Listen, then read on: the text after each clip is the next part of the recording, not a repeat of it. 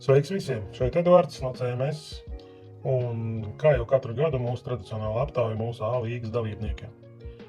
Pievērsimies pie jūsu jautājumiem, ko jūs esat atbildējuši, mēs viņus apkopojam, parādīsim jums smukā diagrammā, par ko mēs te jautājām un kādas atbildes bija. Bišķiņ apspriedīsim tos un tā kā aiziet. Pirmais jautājums, par ko varam parunāt, tas bija jūsu ieteikums, kā mēs varam uzlabot sacensību organizāciju. Jā, protams, mēs neesam super ideāli un visu laiku gribētos kaut ko pielabot, un mēs to arī katru gadu daram. Un jūsu lielākie ieteikumi bija vairāk informācijas gan par ūdens tilpnēm, kur notiek sacensības, gan informēt jaunos dalībniekus, un pat interesanti ideja, ka varētu uztaisīt pārējais posmu no A līgas uz Latvijas čempionātu. Protams, gribētos jaunas posmas, jaunas vietas, jā, mēs pie tā visu laiku strādājam, un tā kā mēs to arī ņemsim vērā un mēģināsim kopā ar jums to veidot. Mēs jautājums, par ko mēs runājam, kurš no posmiem ir vislabāk organizēt un sliktāk, jā? Mēs te ņēmām tādu faktoru kā organizācijas, zivs pieejamība un tā tālāk. Kā mēs redzam diagrammā, labākais posms bija norganizēts AB Dambī. Es arī ar visiem par to pilnīgi esmu uz viena viļņa, man arī ļoti patika, kā bija AB Dambī. Un viennozīmīgi tas ir ok, jā, man patīk. Ako mums iekrita no sliktākajiem, es domāju, tur ir laika apstākļi, un ne visas mācēja to zivi saprast, kā tur makšķerēt, tāpēc es domāju, tur tāds subjektīvs faktoriņš, kurš varētu tā iedarboties. Un secīgi, pa posmiem runājot, ko jūs vēlēties redzēt nākamajā sezonā, principā ar lielāko pārsvaru ir AB Dambis, kur mēs noteikti saglabāsim. Otrā vietā mums tomēr Juglas kanāls.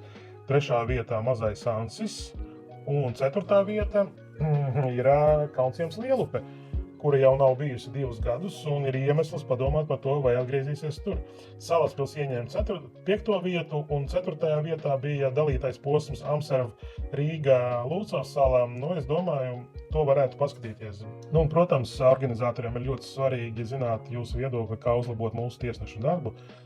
Principā lielākā tiesa 85% saka, ka neko nevajag, viss ir ok. Bet ir arī tādi, ka prasa, ka katrā zonā jābūt pa vienam. Jā, to mēs mēģināsim nākamgad obligāti ievest. Un jautājums bija no tiem, kas vēlās, lai mēs tā kā vairāk laiku iedalam pārbaudot sektorus. Bet pa sektoriem ir tā, ka mēs visus sektorus gatavojot, mēs tiešām ņemam vērā visus apstākļus. Jā, ir kaut kādas vietas, kur bišķiņ varētu uzlabot, bet kopumā mēs cenšamies gan iztīrīt, gan pielāgot jebkādu sektoru. Protams, mēs tā kā organizējam šo pasākumu, mēģinam darīt tā, lai jums arī būtu interesanti sacensties, un katrā posmā mēs piedāvājam ar mūsu sponsoru palīdzību balvas, un vēlamies zināt, kā tās balvas jums patīk, nepatīk, ja? Lielākā daļa, 57% saka, ka balvas ir labas, 1/3 saka, ka labāk dāvana kartes, un ir tāda daļa, kuriem balvas nav svarīgas. Dažādi cilvēki, dažādi viedokļi, par ko viņam paldies. Nākamais svarīgais jautājums bija par cik posmu jaunajā sezonā vajadzētu organizēt. Protams, lielākā daļa vēlās 4 posmu, tas būtu optimālais variants, bet ir arī daži, kas grib mazāk sacensties, kuriem patīk 3 posmi, un arī pat vairāk bija pa 5 posmiem. Kādam netrūkst sacensību laikam, bet tas ir pozitīvi.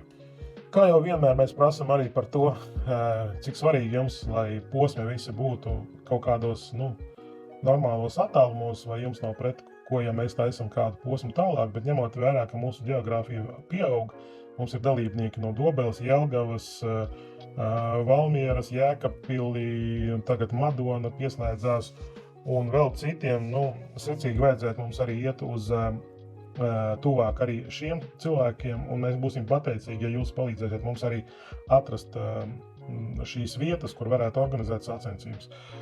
Ja mums izdosies šogad patestēt Madonas pusi, tad mēs noteikti vēlamies tur vienu posmu realizēt, bet būs viss atkarīgs no tā, cik tā realitāte ir interesanta un spējīga mēs viņu organizēt tajā vietā. Tā kā jebkurā gadījumā mēs turpināsim meklēt ūdeņus ārpus Rīgas. Kā jau vienmēr mēs runājam arī, ja mēs kaut kur braucam, dabīgie ūdeņi mums ir tādi, kādi viņi ir. Krasti ir vai tur, kur var copēt, ir vai nav pieejami, vai ir privāti, vai vēl kaut kādas problēmas. Tā kā mēs arī meklējam visu laiku arī komerc ūdeņus, kur ir audzētas zivis, kur ir zivju gan izmērs, gan daudzveidība. Un šajā diagramā mēs, protams, redzam, ka cilvēki vēlētos pat pārmaksāt bišķiņu pa posmu, bet makšķerēt labos apstākļos un ķert lielu zivi. Tā kā šis variants mums arī ir ļoti, ļoti interesants, un mēs arī mēģinam un piekopjam šo ideju visu laiku. Bija mums arī saistīts ar sociālajiem tīkliem un mūsu aktivitātēm Facebookā, TikTokā, YouTube, un mums bija interesanti jūsu viedoklis, kāpēc mēs to jautājam. Tā kā mēs vēlamies arī pāriet uz kaut kādiem TikTok onlineiem, varbūt arī Facebook online translācijām, un gribam saprast, cik daudziem cilvēkiem, izņemot A-līgu, tas būs interesanti. Izskatās, ka mēs veidojam labu kontentu pēc diagrammas, bet cilvēki arī vēlās, lai mēs vairāk iesaistam influencerus un mēdījus, laikrastu un žurnālus. Ko mēs arī darīsim, es domāju, mūsu informatīvie atbalstītāji arī palīdzēs mums ar to. A-līgai nākamgad būs 5 gadi, un mums bija uzrakstīts arī attīstības plāns, ko mēs secīgi katru gadu mēģinam īstenot un to daram. Un tieši uz 5. gadu mums bija paredzēta tāda ideja, ka mēs varētu jau veidot komandas 4 cilvēku sastāvā, un par šo arī mēs arī jums jautājam. Un tā kā redzam diagramā, 65,7% vēlās startēt jau 4 cilvēku komandā, 34,3% vēlās palikt 3 cilvēku komandā.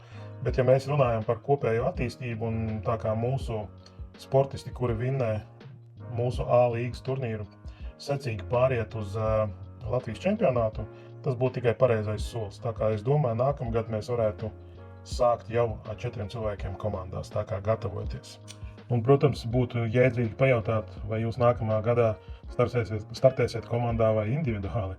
Un šeit diezgan interesanti, ja tur bija gandrīz 2/3 jau gatavi komandās, jau sapratuši, ka jāstrādā ir 4 cilvēku komandā, bet te izskatās, ka puse gandrīz uz pusi komanda, un neesmu izlēmis, jā, interesanti. Varbūt visādi. Un jautājums, par kuru bija visvairāk komentāru visu sezonu garumā, tas ir par ierobežojumu dalībai A-līgā.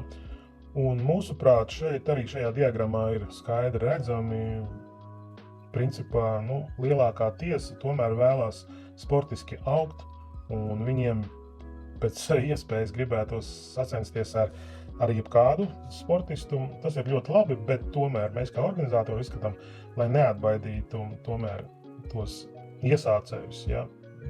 Ierobežojumi jābūt saprātīgi, un pagaidām šī formula, pie kuras mēs turamies, ka ja jūs startējat Latvijas čempionātā, jūs nestartējat A-līgā, un otrādi tas dod savus augļus, un, protams, ierobežot top 3 nav īsti labi, jo mēs redzam, ka tie, kas ir bijuši iepriekšējos gados top 3, nav tā kā katru gadu viņi tiek līdz tam topam.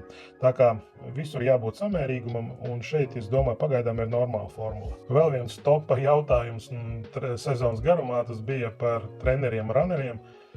Jā, es saprotu, dažiem sašutums ir sevišķi jaunajiem dalībniekiem, kuri atbraukuši pirmo reizi startē, un viņi nesaprot, kā tur vesels komandas skraida apkārt vienam dalībniekam vai komandai.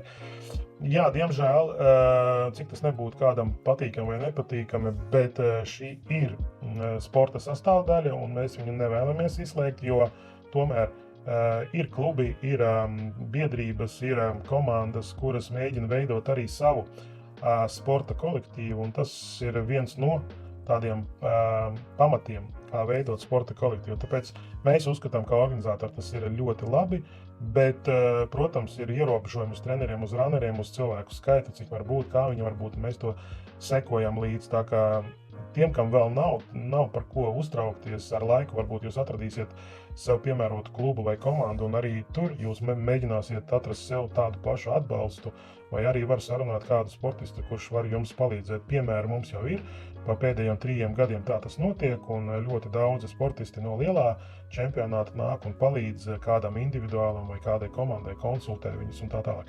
Tā kā šito vajadzētu atstāt bez izmaiņām un pat arī bišķiņu pat uzlabot.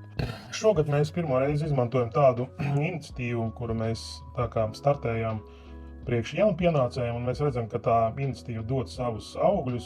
Mēs piedāvājam piedalīties jauniem dalībniekiem vienu reizi bez maksas, pataustīt, kas tas tāds ir, makšķerēšanas sports.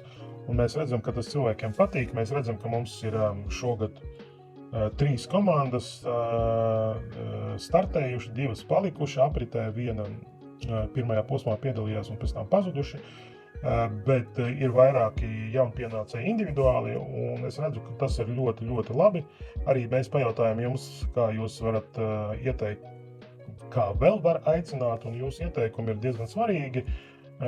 Gan atlaides prasa priekš dalībniekiem, kas brauc no citām valstīm. Ja? Mums bija arī Ukrainas dalībnieki, Igaunijas dalībnieki, vairāk tur, piemēram, uzsaukt barību un dzīvo komponentu. Tas arī viss ir pieejams, un mēs to varam izdarīt.